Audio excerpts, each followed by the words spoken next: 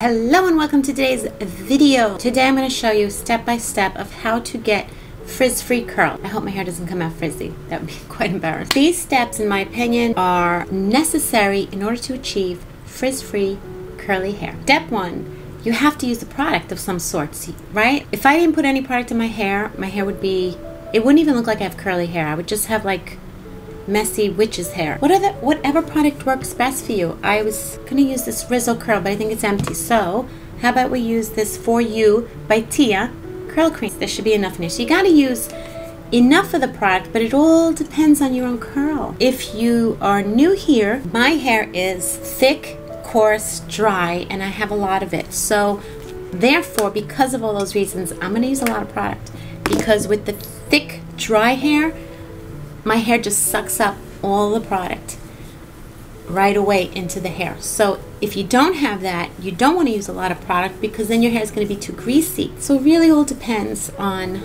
your hair type. If you have thin hair, you don't want to use a lot. If your hair is more wavy, you probably don't need a lot. My hair's coarse. If your hair is more soft, I don't think you need a lot.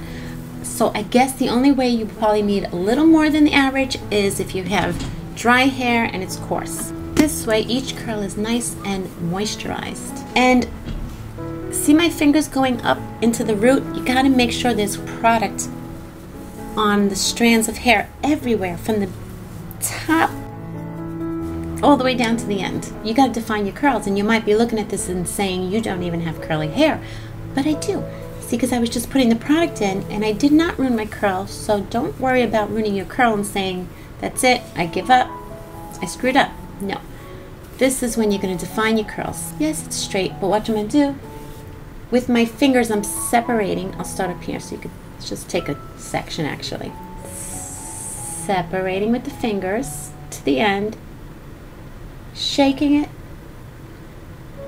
See those curls? And then doing that. Now look at those curls I just got. And that was only one little section. Now, if I'm being honest, I don't sit here and section out. Could, my hair would look a lot better, but I don't, because I don't have time, I have no patience. So I literally will show you on the other side what I do. By the way, I also think that my hair is not as curly under here because I'm always putting it back and it gets stretched out over time.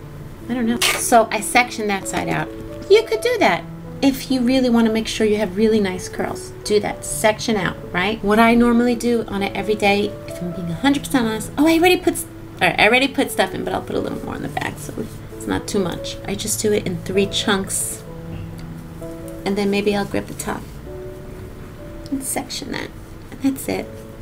See, so that was really quick. So if you think you don't have time to work on your curls, you do. You don't have to section. I never section my hair. You think I have time for that? I don't have time for that. Next step, must have. You must have a diffuser of some sort. This is the diffuser part. You don't want to have air blowing on your hair. Like, if I just put this on with no diffuser, look how strong that is. That's gonna knock all my curls out. That's gonna separate my curls. It's too much. So if you put a diffuser, any diffuser will do. You don't have to spend a lot of money on a diffuser. This is Life-In. Comparable to the Dyson, I guess, but a lot cheaper. I used Conair diffusers, blow dryers forever. I got them at my local drugstore and I swore by them. This is beautiful. I worked with Life-In, that's why I have it. It is nice, I'm not gonna lie. It's a really nice blow dryer.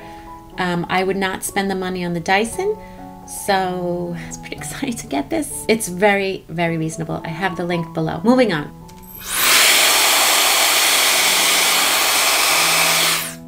You don't see my hair move, see that? See the difference? That's the difference. So it's separating the air. So it's not just one big, whew, it's diffusing the air. There you go, it diffuses the air, so it's not so straightforward.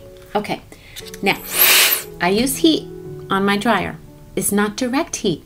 It's not flat iron heat. It's not with a brush in the end of the blow dryer. It's just hot air, diffused hot air. That's good heat. It's fine for your curls. We're gonna go in there with the diffuser on heat. I don't use probably the hottest because it gets hot. So it just, whatever you're comfortable with. But I think heat works best. Next step, do not touch your hair. while you are drying it. Don't do it. Don't do it. If you touch your curls, you're just gonna separate the curl, and then it's not gonna stay together as a defined curl. So don't touch your hair.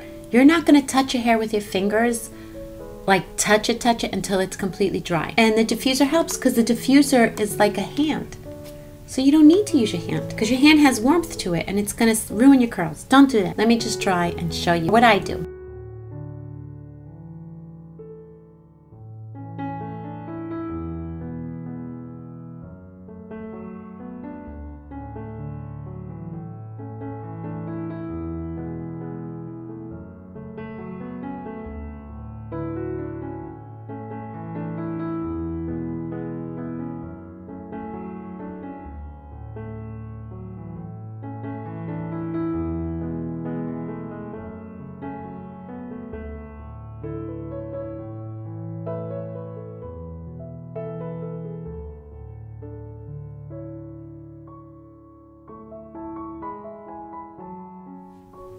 Okay, now a lot of you might think, oh, my hair's dry, but it's not. It's not dry at all.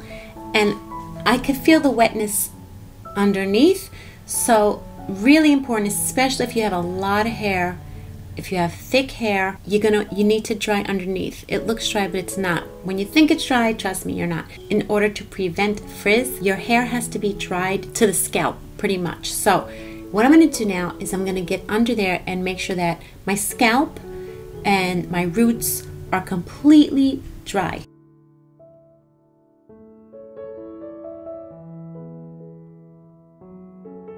I know I touched my hair, but it's dry enough that I could just lift it. Like I'm not touching it like that. When I say don't touch it, I mean like don't keep moving it. But just one quick pickup like that is fine.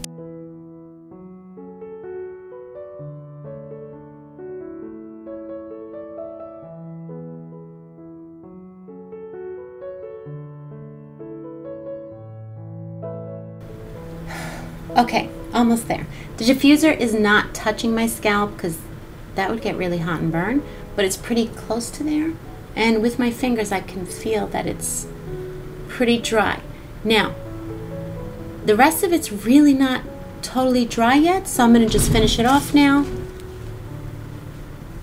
I'm gonna dry a little more, and then when I feel that I don't feel any wetness, say I feel like that's still wet, that's when I'll go in and scrunch. But I'm not going to do that until I completely know that my hair is dry, and I'm just going to hover over it.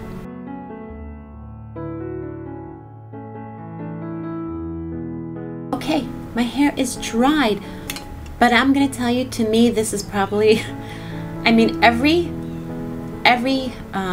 step is a must, but in order to really keep it and style it right, like you see how my hair is just looking kind of sloppy, you got to hairspray it.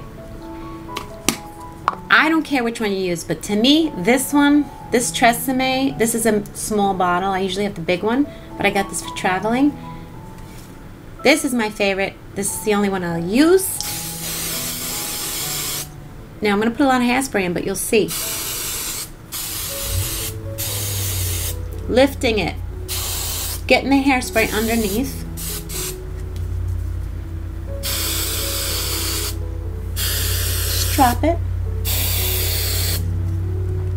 And now you can mold your curls to however you want them to look, and it will stay because you have that hairspray in. And now it's not falling in my eyes, it doesn't look sloppy, and it stays up. And there we have frizz-free curls. Let me know how it works for you. Let me know if you have any other tips that you'd like to share with everyone. I'm always open for tips that work for all of us. That's what we're here for, to share and help out. My hair looks green. Does my hair look green? Ugh. All right, anyway, there we have it. Catch you guys in the next video.